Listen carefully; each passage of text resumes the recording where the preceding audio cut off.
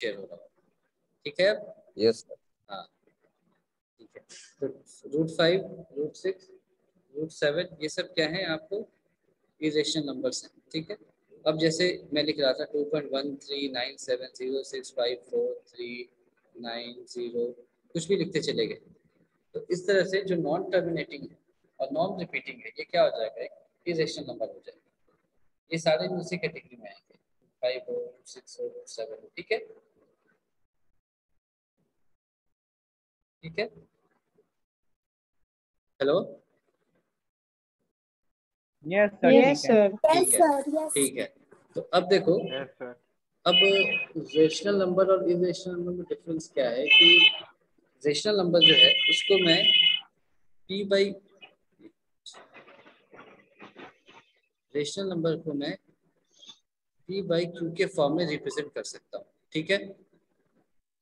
लेकिन irrational number को इसके फॉर्म में मैं रिप्रेजेंट नहीं कर सकता। क्यों नहीं कर सकता? क्योंकि मुझे पता ही नहीं कि टर्मिनेट होगा, टर्मिनेट तो होगा ही नहीं, उसकी वैल्यू कहाँ आएगी, कितनी आएगी। इसका मतलब है कि p बाई क्यू का फॉर्म में लिखने का मतलब है कि कितना? आपको उसकी वैल्यू समझ में आ 2.5 रही किलो। है। माइक अपना 5 ऑफ किलो कर दो, है ना प्लीज, माइक अपना ऑफ कर दो।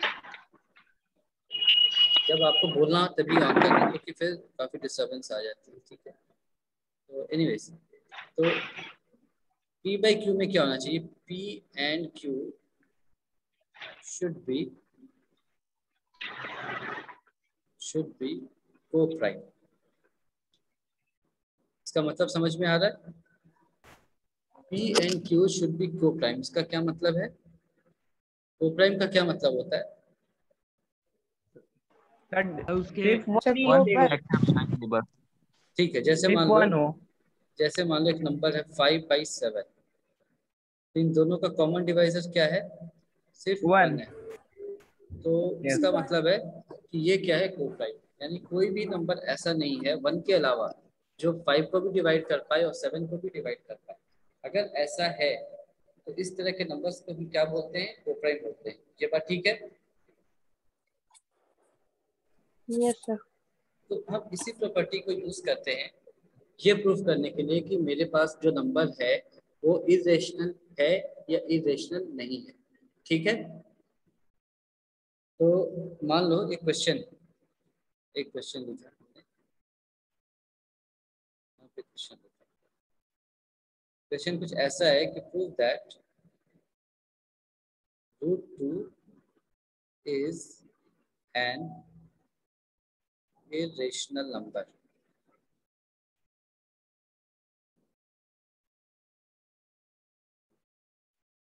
ये प्रूफ करना है ना, ये प्रूफ करना। इसके एक दो तरीके हैं कि आप ज्योमेट्रिकली इसको कर सकते हो, वो कभी आगे मैं आपको बताऊंगा जब आप थोड़ा सा नंबर्स को फील करने लगो। अभी हम बहुत ही ट्रेडिशनल अप्रोच लेंगे जो कि आपको शायद बोर्ड एग्जाम्स में आ गया, तो आपको जो सॉल्व करना है इसी मेथड से करना है, ठीक है। तो इसमें क्या होता है कि हम कॉन्ट्राडिक्शन मेथड्स को यूज करते हैं। इसको लिख लिया पहले तो, here we shall use, sir पहले अस्यूम करेंगे √2 रेशनल है। Yes, we shall use the method of contradiction.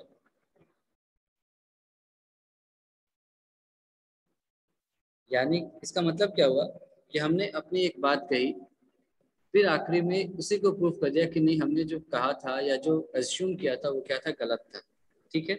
और कोई भी नंबर या तो रेशनल होगा या तो इरेशनल होगा, यही हो सकता है ना।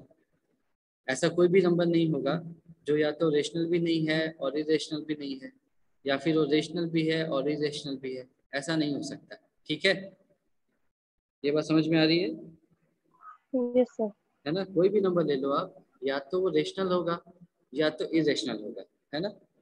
ऐसा नहीं हो सकता कि वो इरेशनल भी नहीं है और रेशनल भी नहीं है, या फिर रेशनल भी है और इरेशनल भी है, ऐसा नहीं हो सकता। तो इसका मतलब है कि मैंने मान लिया कि मेरा एक नंबर जो है वो रेशनल है, ठीक है, और बाद में मैंने प्रूफ कर दिया कि ये नंबर तो रेशनल हो ही नहीं सकता, तो इसका मतलब क्या है कि फिर वो इरेशनल होगा, ठीक है। ठीक है, ये अप्रोच समझ में आया? Yes, sir. चलो very Yes, good. sir. Yes, sir. अगर ये समझ में आ गया तो हमने लिख लिया। Yes, sir. Let us assume that root 2 is rational। Root 2 एक रेशनल नंबर, ये मैंने assume कर लिया।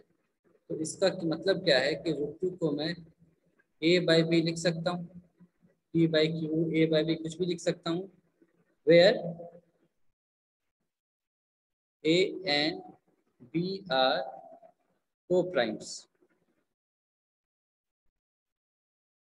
इसको मैंने इक्वेशन 1 मान लिया, ठीक है। इसको मैंने इक्वेशन 1 मान लिया, ये ठीक है।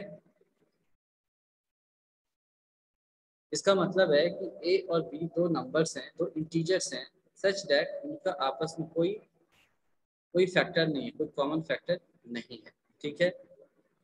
नाउ स्क्वायर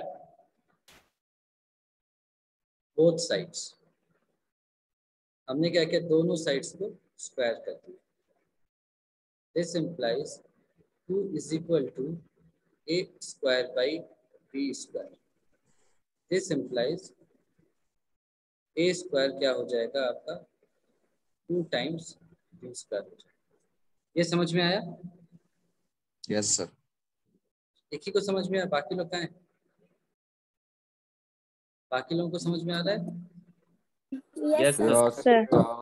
चलो a स्क्वायर को मैं क्या लिख के ले आया, 2 इंटू बी स्क्वायर। यानी इसका मतलब क्या हुआ, a square is equal to 2 into something, ठीक है। For example 10 is equal to 2 into 5, इस तरह के फॉर्म में आ गया ये, ठीक है।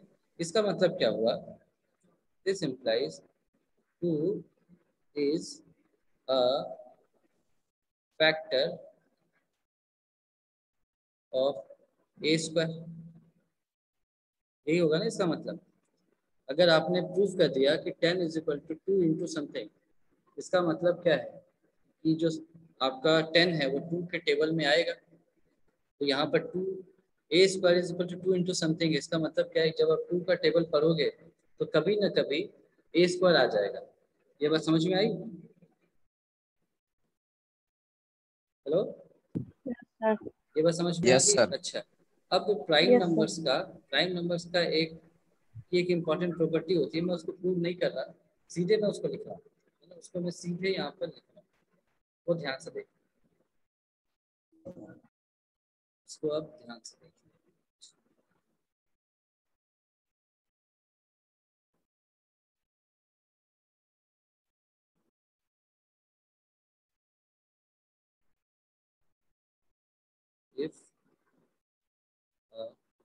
if any prime number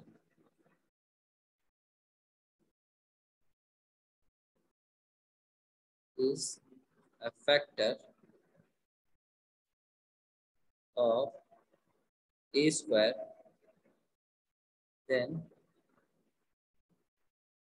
it will also be a factor of a, है ना। ये एक इम्पॉर्टेंट रिजल्ट है जो आपको याद रखना है। अगर कोई भी प्राइम नंबर है ना, वो अगर ए स्क्वायर का फैक्टर है तो वो क्या होगा, ए का भी एक A फैक्टर का भी होगा। फैक्टर। ठीक है, समझ में आया? Yes, sir. यानी आप कोई भी प्राइम नंबर ले लो, मान लो 2 एक प्राइम नंबर आपने ले लिया, ठीक है। अगर वो 8 स्क्वायर यानी 64 का फैक्टर है, यानी अगर 8 यानी कि 2 के टेबल में अगर 64 आ रहा है, अगर मैं यहाँ पे एग्जांपल लिखूँ, एग्जांपल 2 देख लो, 2 एक प्राइम नंबर है, वो 8 स्क्वायर का अगर फैक्टर है तो 2 क्या होगा, 8 का भी फैक्टर होगा, सही है। अगर 2 के टेबल में 8 स्क्वायर यानी 64 आ रहा है, तो इसका मतलब है कि अगर मैं 2 का टेबल लिखूंगा तो उसमें 8 भी जरूर आएगा, ये कह रहा है। ये तो होता ही है ना। 2 इंटू 32 होता है 64, और 2 इंटू 4 क्या होता है, 8 होता है। ये तो समझ में आ गई होगी ये बात। Yes sir. ठीक है, चलो। तो इसी बात को ध्यान रखा कि एनी प्राइम नंबर है ना, नंबर क्या होना चाहिए, प्राइम होना चाहिए, कंपोजिट नहीं। If any prime number is a factor of a square then it will also be a factor of a. ठीक है, तो हमारे पास क्या आया था, 2 is a factor of a square. तो इसका मतलब क्या है कि मैं आगे क्या लिख सकता हूँ, this implies 2 is a factor of a, इसको इक्वेशन 2 मान। ठीक है, देखो क्या कर रहे हैं, हमने माना √2 is equal to a by b, जहाँ पर ए बाई बी क्या है, को प्राइम्स है, यानी कि ए और बी का कोई भी ऐसा नंबर नहीं है जो दोनों को डिवाइड कर सके, दोनों का कॉमन फैक्टर। फिर स्क्वायर करके हमने क्या प्रूफ किया कि 2a स्क्वायर का एक फैक्टर है। इसका मतलब क्या हो जाएगा कि 2 क्या हो जाएगा, a का भी फैक्टर होगा। ठीक है, ये समझ में आ गया यहाँ तक? Hello, yes sir. यस बाकी सर। लोग, बाकी सभी क्या बोल, उनको समझ में आ रहा है? Yes, sir. Yes, sir. Okay, तो अगर Yes, 2a sir. का फैक्टर है तो हम लिख सकते हैं therefore a is equal to, आप लिख सकते हो 2 टाइम्स x, 2c स्क्वायर का। ऐसा लिख सकते हैं, ऐसा लिख सकते हैं ना।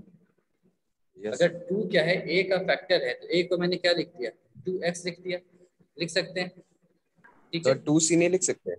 फिर कुछ, तुम्हारा नाम क्या है? Hello, yes sir. हेलो, हाँ, सर 2c नहीं लिख सकते x की जगह? मैं वही तो पूछा, तुम्हारा नाम क्या है ये बताओ। Hello, Yes, sir sir. 2x की जगह 2c नहीं लिख सकते? मैं वही पूछ रहा हूँ, अपना नाम तो बताओ। सर धैर्य। हाँ, धैर्य, तुम चाहो तो x की जगह धैर्य भी रख सकते हो, उससे कोई फर्क नहीं पड़ता, वो एक वेरिएबल है। ठीक है, इसका मतलब सिर्फ ये है कि a is equal to 2 into something होगा। ठीक है, यानी a क्या हो सकता है, 2 भी हो सकता है, 4 हो सकता है, 6 हो सकता है, 8 हो सकता है, कुछ भी हो सकता है, जो 2 के टेबल में आएगा हमें पता नहीं है ना। a तो हमको दे नहीं रखा है कि उसका नंबर क्या है, वो वेरिएबल है। वो किस तरह का वेरिएबल है, ऐसा वेरिएबल है, ऐसा नंबर है जो कि 2 के टेबल में आएगा। कहाँ पर आएगा वो मालूम नहीं, इसीलिए हमने उसको x रख लिया। तुम इसको c बोलो, k बोलो, उससे कोई फर्क नहीं पड़ता। ठीक है, समझ में आ गई बात? Yes, sir. चलो ठीक है, लेकिन हमारे को यहाँ पर क्या दे रखा था, a square is equal to 2b square. तो हमने क्या किया, इसको यहाँ पर सब्स्टिट्यूट कर दिया, ए स्क्वायर 2b स्क्वायर है, तो यहाँ से ए स्क्वायर क्या आ जाएगा, 4 टाइम्स एक्स स्क्वायर आ जाएगा, और ये क्या हो जाएगा, 2 टाइम्स बी स्क्वायर। ठीक है, दिस इम्प्लाइज बी स्क्वायर क्या हो जाएगा, 2 टाइम्स एक्स स्क्वायर। ये ठीक है, इसका मतलब है कि अब देखो जो 2 है वो क्या है, बी स्क्वायर का भी एक फैक्टर हो गया, इसको हमने लिख लिया। This implies 2 is a factor of b square, therefore 2 is a factor of b। 2 एक प्राइम नंबर है, अगर वो बी स्क्वायर का फैक्टर है तो वो क्या हो जाएगा, बी का भी एक फैक्टर होगा, जो हमने अभी थोड़ी देर पहले ए के साथ किया था वही यहाँ पर बी के साथ भी कर दिया। ठीक है, यहाँ पर ये किया था ना, 2 is a factor of a square, वहां से हमने क्या प्रूफ किया था कि 2 अगर ए स्क्वायर का फैक्टर है तो 2 ए का भी फैक्टर होगा। सिमिलरली हमने क्या प्रूफ किया कि 2 बी स्क्वायर का भी फैक्टर है, इसका मतलब क्या है, 2 बी का भी फैक्टर होगा। ये पूरी बात समझ में आ गई? Hello, Yes, Yes. sir. Yes, sir. Yes sir. अगर ऐसा है तो जो मैंने लिखा था स्टार्टिंग में, जो हमने स्टार्टिंग में लिखा था कि √2 is equal to a by b है, जहाँ पर ए और बी क्या है, को प्राइम है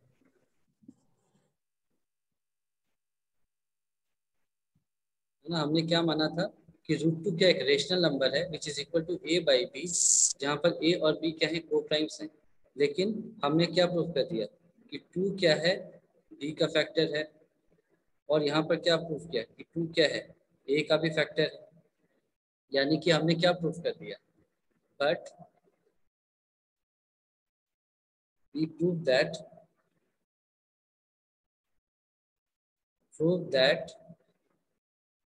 2 is a common factor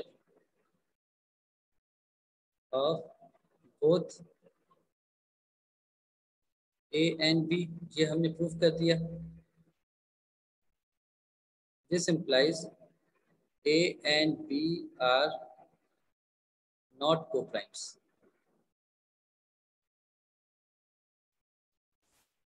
ये समझ में आ गई बात? Yes sir. हमने अश्यूम किया था कि √2 इज इक्वल टू A/B है। इसका मतलब √2 एक रेशनल नंबर है और A एंड B क्या है, को प्राइम नंबर्स है। यानी कोई भी कॉमन फैक्टर नहीं होगा, कोई भी नंबर ऐसा नहीं होगा जो A को भी डिवाइड करे और B को भी डिवाइड करे। लेकिन हमने प्रूफ कर दिया कि 2 एक ऐसा नंबर है जो A को भी डिवाइड करेगा और B को भी डिवाइड करेगा। यानी हमारा एजम्पशन था ये कि A और B को प्राइम है, वो गलत प्रूव हो गया। ठीक है, ठीक है ना, हमने गलत प्रूफ कर दिया। Yes. ये बात समझ में आ गई। और गलत क्यों प्रूफ Yes, हुआ? sir. क्योंकि हमने ये माना था अगर √2 एक रेशनल नंबर होता तो शायद ऐसा नहीं होता। लेकिन हमने क्योंकि √2 को एक रेशनल नंबर मान करके सॉल्व किया तो जाहिर सी बात है उसके जो रिजल्ट्स आ रहे हैं कुछ और आ रहे हैं। तो इसका मतलब होगा कि फिर √2 क्या एक रेशनल नंबर नहीं होगा, वो कुछ और होगा। तो कुछ और होने का मतलब क्या है कि this implies √2 is not a rational number।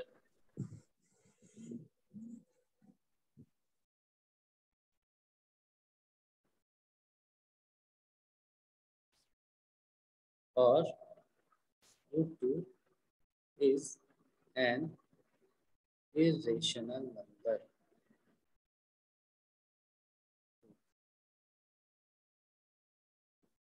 ये जो प्रूफ है ये समझ में आया सभी को? इसमें कोई डाउट है? No sir. No, sir. ठीक है, मैं एक बार और एक्सप्लेन कर देता हूँ कि हमने √2 इज इक्वल टू A/B माना, यानी कि रेशनल नंबर माना, A और B को कोप्राइम माना। आगे जब प्रोसीड किया स्क्वायर करके तो पता चला कि 2 क्या है, A का भी फैक्टर है और B का भी फैक्टर है। इसका मतलब A और B कोप्राइम नहीं है। तो हमारा जो रिजल्ट है उसमें एक कॉन्ट्रडिक्शन आ गया।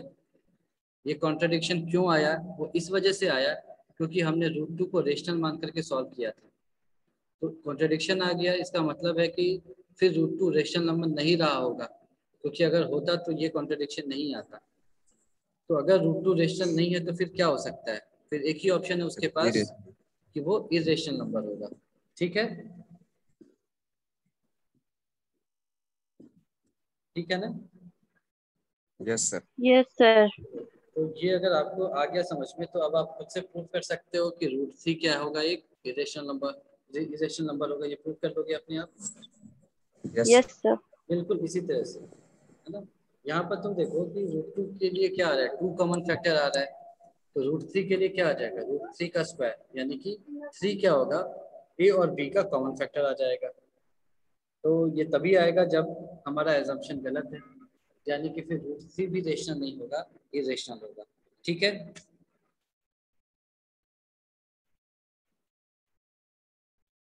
ठीक है ना? Yes, sir. चलो तो इस पर बेस्ड एक और क्वेश्चन कर लेते हैं। सिंपल सा है, ये बहुत ही सिंपल सा चैप्टर है, कुछ भी नहीं इसमें। तो ये कह रहा है कि प्रूव करो कि 5 - √3 इरेशनल। ठीक है, ये कह रहा है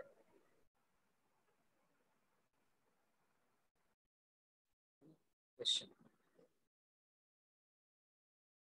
प्रूव दैट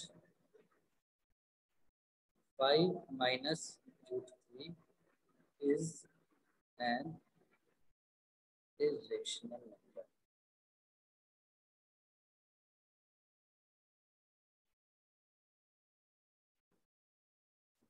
या फिर इसको मैं थोड़ा सा चेंज कर देता हूँ। अभी हमने ये पढ़ा है, ये ठीक है। तो हमें प्रूफ करना है कि 5 - √2 क्या है, एक इरेशनल नंबर है। क्वेश्चन समझ में आ गया सभी को? Yes sir. तो जब Yes, भी sir. इस तरह का क्वेश्चन आएगा हम इसको कॉन्ट्रडिक्शन मेथड से सॉल्व करेंगे। तो फिर से शुरू हो गया, अपन लिख लिया, let 5 minus root 2 is a rational number, एक रेशनल नंबर है। Therefore 5 minus root 2 is equal to क्या हो जाएगा, a by b, where a and b are co-primes।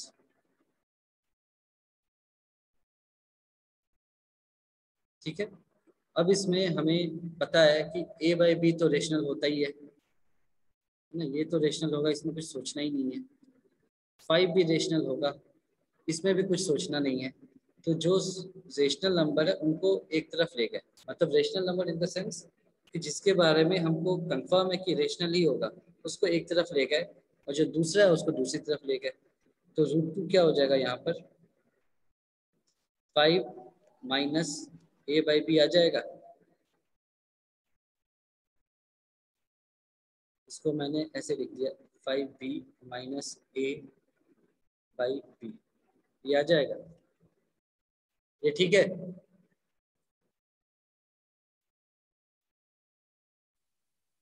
Hello, yes sir. Yes, ठीक है। sir. अच्छा ये बताओ, yes sir. 5b minus a, 5b minus a by b क्या होगा, ये तो रेशनल होगा, ये तो रेशनल होगा ना।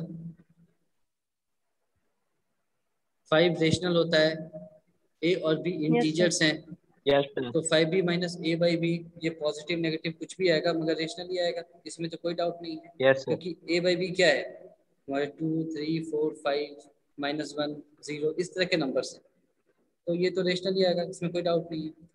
और अभी अभी हमने क्या प्रूफ किया कि रूट 2 क्या है,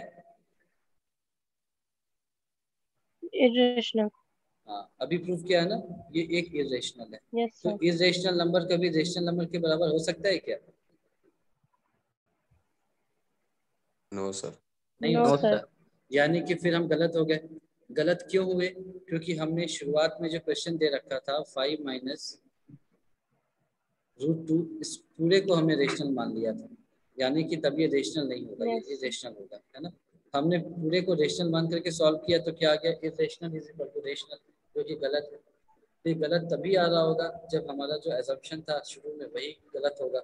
इसका मतलब 5 माइनस रूट 2 क्या होगा, Yes. रेशनल नहीं हो सकता, उसको इरेशनल होगा। Irrational. Irrational. ठीक है ना, this implies Yes, sir. 5 minus root 2 cannot be rational. This implies 5 minus root 2 is an irrational number. ठीक है, ये यस ठीक है। सर। Yes sir. चलो, अच्छा एक क्वेश्चन मैं पूछूं अगर तुमसे कि रूट 25 जो है वो रेशनल होगा या इरेशनल होगा,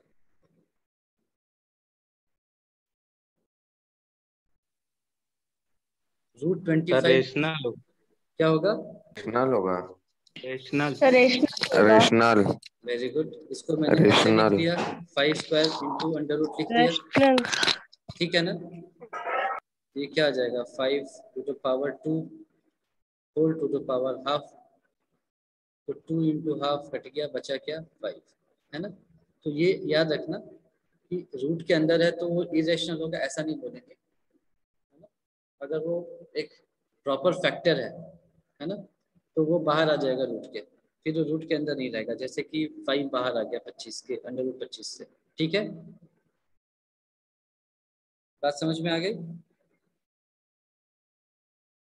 Yes, sir.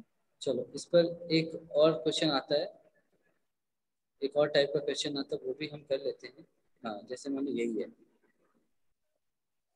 3 root 2 is an equation, जैसे मान prove that 3 root 2 is irrational, ये दे रखा है। तो फिर से वही अप्रोच है, एक ही इसमें सिंपल सा घिसा पिटा अप्रोच है, कुछ करना नहीं है। Let 3 root 2 is a rational number, इसको हमने रेशनल नंबर मान लिया। This implies 3 root 2 is equal to a by b, where a and b are co-primes. ऐसा मान लिया।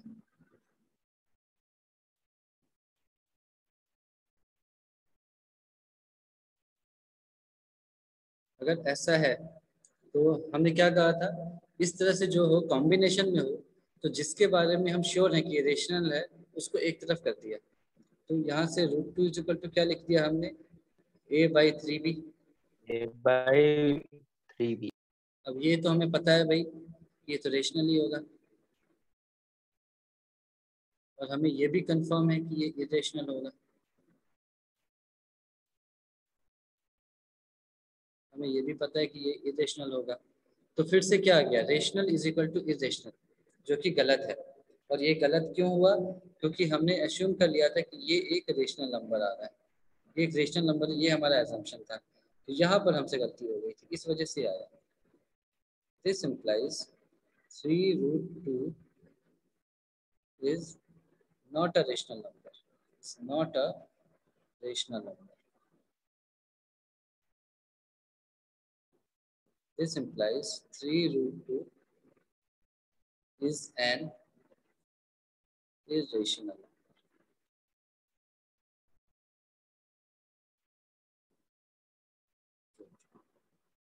ठीक है, Yes, sir. ठीक है, समझ सर में आ इसमें गई? रूट 2 को हाँ बोलो। सर इसमें रूट 2 को प्रूफ नहीं करेंगे, ये रेशनल है। नहीं नहीं नहीं, क्योंकि देखो अगर डिपेंड करता है कितने नंबर का क्वेश्चन है। अगर ये 6 नंबर का क्वेश्चन होता तब तुम प्रूफ करते पहले ही कि हाँ भाई रूट 2 पहले प्रूफ कर दो कि ये इरेशनल है, उसके बाद उसी रिजल्ट को यहाँ पर यूज कर लेते।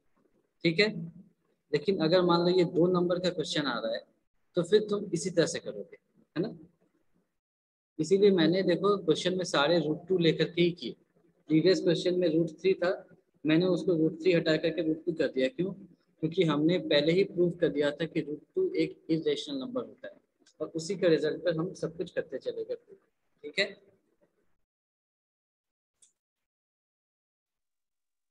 ठीक है।